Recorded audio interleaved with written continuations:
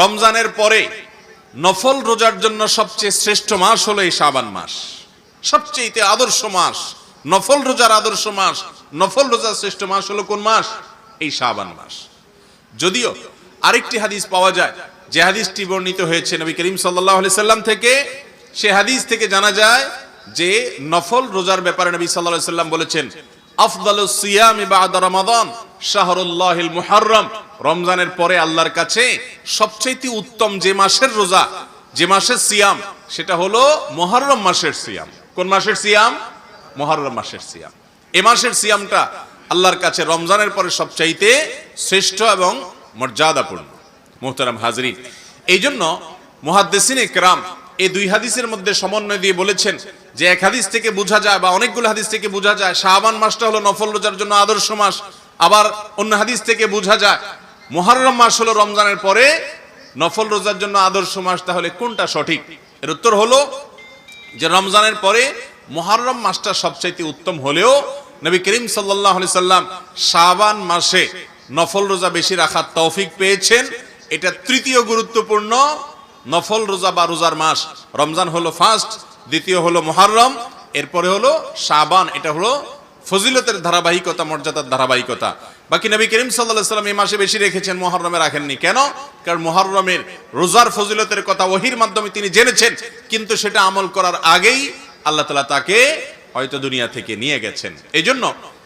এই জন্য উলামায়ে কেরাম অনেকে এইভাবে সমন্বয় করেছেন যে মুহররম মাসের রোজা এর চেয়েও বেশি ফজিলতপূর্ণ হলেও নবী সাল্লাল্লাহু আলাইহি সাল্লাম সেটার উপরে আমল করার সুযোগ পান নাই, তার আগে আল্লাহ রাব্বুল আলামিন তাকে নিয়ে গেছেন। রমজানের পর নফল রোজার জন্য সবচেয়ে আদর্শ মাস হলো মুহররম এবং শাবান, যে মাসটাতে আমরা এখন আছি। তো এই মাসটাতে নবী করিম সাল্লাল্লাহু আলাইহি সাল্লামের জীবনে গোটা মাসের বেশিরভাগ দিন তিনি রোজা রাখতেন, নফল রোজা রাখতেন, নফল সিয়াম রাখতেন। আমরা বেশিরভাগ মানুষ শাবান মাস আসলে ওই শবে বরাতের একটা রোজা রাখা ছাড়া এই মাসের অন্য দিনগুলোতে রোজা রাখার তৌফিক হয় না, বেশিরভাগ মানুষের হয় না, অথচ এটা করা উচিত। আজ আমরা জানলাম যে শাবান মাস, এই মাসটা হলো নফল রোজার জন্য আদর্শ মাস, সবচেয়ে উত্তম মাস। আমরা রাখার চেষ্টা করবো তো ইনশাআল্লাহ। আল্লাহ তাআলা আমাদের আমলের তৌফিক দান করুন। তো যে হাদিসটি আমি বলছিলাম উসামা ইবনে যায়েদ রাদিয়াল্লাহু তাআলা আনহু বর্ণিত, সেই হাদিসের আলোকে আমরা জানলাম যে নবী করিম সাল্লাল্লাহু আলাইহি সাল্লামকে জিজ্ঞাসা করা হয়েছিল, হে আল্লাহর রাসূল, আপনি শাবান মাসে এত বেশি নফল রোজা কেন রাখেন? অন্য কোনো মাসে তো আপনাকে এত রোজা রাখতে দেখি না। তখন তিনি জবাবে একটা কারণ বলেছেন যে এই মাসে মানুষ গাফেল থাকে, উদাসীন থাকে, সেজন্য এই মাসে আমি বেশি নফল রোজা রাখি। আর আরেকটা কারণ তিনি উল্লেখ করেছেন, বলেছেন যে এই মাসটা এমন মাস যে হুয়া শাহরুন তুরফাউ ফীহিল আমালু ইলা রাব্বিল আলামিন ফাউহিব্বু আন তুরফা আমালি ওয়া আনা সায়েম। এই মাসটা এমন মাস যেই মাসে বান্দার সমস্ত আমল, সারা বছরের আমল, এটা আল্লাহর কাছে পেশ করা হয়, উপস্থাপন করা হয়, আল্লাহর কাছে হাজির করা হয়। সারা বছরের আমলনামা এই মাসে যেহেতু ফেরেশতারা আল্লাহর কাছে পেশ করেন, এই জন্য আমি চাই আমার আমলনামা যখন পেশ করা হচ্ছে ওই টাইমটাতে যেন আমি রোজাদার থাকি। এই জন্য নবী করিম সাল্লাল্লাহু আলাইহি সাল্লাম এই মাসে কি রাখতেন? বেশি বেশি নফল রোজা রাখতেন। মুহতারাম হাজরিন, এই জন্য শাবান মাসটির নফল রোজার গুরুত্ব অপরিসীম। একজন মানুষ কোন একটা কোম্পানিতে কাজ করেন, তার কাজের সময় সাধারণত তার মালিক বা তার উপরস্থ কর্মকর্তারা তারা দেখেন না। সে কাজ করে ভালো করে কিংবা ফাঁকি ঝুঁকি দেয়, যাই করে দেখার কেউ থাকে না। হঠাৎ যদি সে জানে যে তার মালিক আসবে বা তার মালিক তাকে দেখবে বা তার দিকে মনোনিবেশ করবে, তাহলে বিশেষভাবে তার দিকে মনোনিবেশ করা হবে। এটা যদি তিনি জানতে পারেন, তাহলে অন্য সময়ের চাইতে এটা জানার পর তিনি অবশ্যই বিশেষ গুরুত্বের সাথে কাজ করবেন। ঠিক না ঠিক? কেন? যাতে করে মালিক দেখতে পায় যে আমি কি করছি, কাজ করছি। ঠিক একইভাবে একজন ইমানদার শাবান মাসে যেহেতু গত 11 মাসের আমলনামা আল্লাহর সামনে পেশ করা হয়, ইমানদার এই জন্য রোজা রেখে আল্লাহর সামনে নিজেকে রোজাদার হিসাবে, নেককার হিসাবে উপস্থাপন করার চেষ্টা করবে, যাতে করে তার আমল নামা যখন আল্লাহ দেখবেন সেটা যেন রহমতের সাথে দেখেন, অনুগ্রহের সাথে দেখেন, বিশেষভাবে তার প্রতি ইহসান করেন, আল্লাহর রহমত এবং করুণা পাওয়ার জন্য সেই আশায় নবী সাল্লাল্লাহু আলাইহি সাল্লাম বলেছেন এই মাসে আমি বেশি বেশি নফল রোজা রাখি। মুহতারাম হাজরিন, আমরা জানি যে অন্যান্য হাদিসে নবী করিম সাল্লাল্লাহু আলাইহি সাল্লাম জানিয়েছেন আমাদের আমল নামা আল্লাহ রাব্বুল আলামিনের কাছে প্রতি সোমবার এবং বৃহস্পতিবারে উপস্থাপন করা হয়। সহিহ মুসলিমের হাদিসে এটি বর্ণিত হয়েছে, সোমবারে এবং বৃহস্পতিবারে। এখন কেউ প্রশ্ন করতে পারেন যে এক হাদিস দ্বারা আমরা জানি সকালে যখন কোনো ফেরেশতা আসেন আল্লাহর পক্ষ থেকে বান্দার আমল নামাকে পর্যবেক্ষণ করার জন্য, রিপোর্ট সংগ্রহ করার জন্য দুই ধরনের ফেরেশতারা আসেন। কিছু ফেরেশতারা আছেন সকালে, আবার কিছু ফেরেশতারা আসেন সন্ধ্যায়। যারা সকালে আসেন তারা সারাদিন বান্দার আমল নামাগুলা কি কাজ করে না করে সেগুলোর রিপোর্ট সংগ্রহ করে সন্ধ্যায় আল্লাহর কাছে গিয়ে জমা দেন।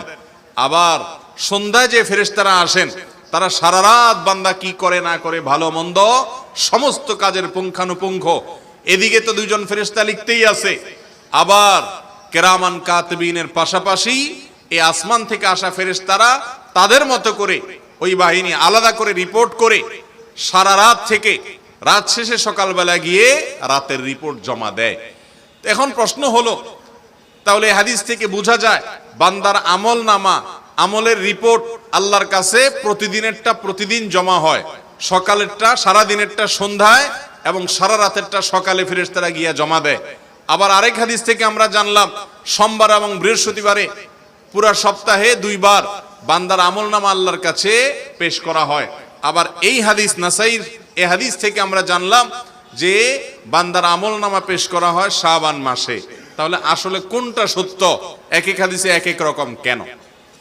এর উত্তর হলো যে আমরা যারা বিভিন্ন অফিস আদালতে এবং কোম্পানিতে কাজ করি বা চাকরি করি, আমরা জানি যে কাজের প্রতিবেদন, কাজের হিসাব মালিককে বা উপরস্থ কর্মকর্তাকে বিভিন্ন ধাপে ধাপে দিতে হয়। অনেক সময় সারাদিন কি কাজ করলা সেটার হিসাব দিন শেষে, ডিউটি শেষে অনেক সময় দিতে হয় বসকে।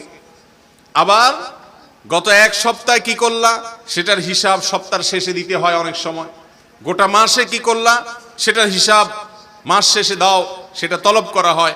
আবার গোটা বছর জুড়ে আপনি কি করলেন গত এক বছরে সেটা বাৎসরিক প্রতিবেদনের মাধ্যমে দিতে হয়। ঠিক একইভাবে এই হাদিসগুলোর মাধ্যমে নবী করিম সাল্লাল্লাহু আলাইহি সাল্লাম আমাদেরকে একই বার্তা দিয়েছেন। এখানে কোনো সংঘর্ষ নাই, বরং সমস্ত হাদিসই আপন জায়গায় বিশুদ্ধ এবং সঠিক।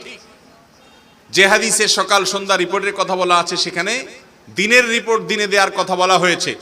আর মুসলিমের যে হাদিসে সোমবার এবং বৃহস্পতিবারে বান্দার আমল নামার রিপোর্ট আল্লাহর কাছে পেশ করার কথা বলা হয়েছে, সেই হাদিসের সাপ্তাহিক রিপোর্টের কথা বলা হয়েছে।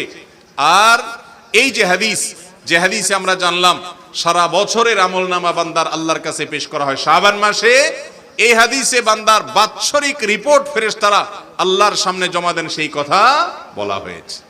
অতএব বান্দার হিসাব যখন আল্লাহর কাছে ফেরেশতারা দেয়, বান্দা যদি জানতে পারে যে এই টাইমটাতে আমার হিসাব দেয়া হচ্ছে, তাহলে অন্য সময় যা করুক না করুক এই সময়টাতে সে বিশেষভাবে আল্লাহর ইবাদত করার চেষ্টা করা উচিত না? উচিত না? আপনি যদি জানেন যে আপনি কি করেছেন না করেছেন, আপনার বস এবং মালিককে হিসাব দেয়া হচ্ছে এবং তিনি আপনাকে দেখতে পাচ্ছেন, আপনি কি করেন? তিনি আপনাকে যে দেখতে পাচ্ছেন এটা জানার পর যেহেতু আপনার আমল নামার হিসাব এখন করা হচ্ছে, আপনি ওই টাইমটাতে অন্তত একটু হইলেও ভালো কাজ করার চেষ্টা করবেন কি করবেন না? ঠিক এই কারণে আমাদের প্রিয় নবী সাল্লাল্লাহু আলাইহি সাল্লাম এই মাসটিতে, শাবান মাসটিতে আমাদেরকে বেশি বেশি নফল রোজা রাখার নির্দেশ দিয়েছেন। কারণ গত এক বছরের সমস্ত কর্মকাণ্ডের রিপোর্ট ফেরেশতা আল্লাহর সামনে পেশ করে থাকেন এই মাস। কথা কি বুঝাইতে পারছি?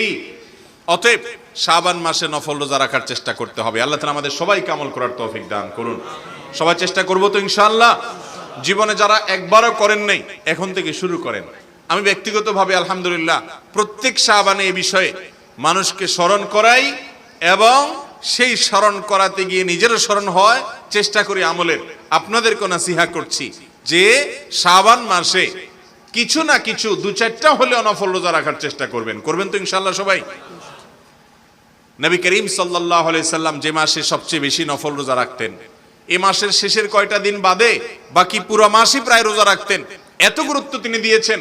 আর আপনার আমার যদি জীবনে এই মাসে 2-4টা রোজাও রাখা না হয়, তাহলে নবী করিম সাল্লাল্লাহু আলাইহি সাল্লামের উম্মত হিসেবে নিজে কি কোন মুখে দাবি করব আমরা? ঠিক না ঠিক? অতএব ভাইরা আমার, রমাদান মাস তো আসছেই, তার আগেই শাবান মাস থেকে নফল রোজার রিহার্সাল শুরু করব। একটা বিষয় আমরা জানি, যে কোনো গুরুত্বপূর্ণ কাজ করার আগে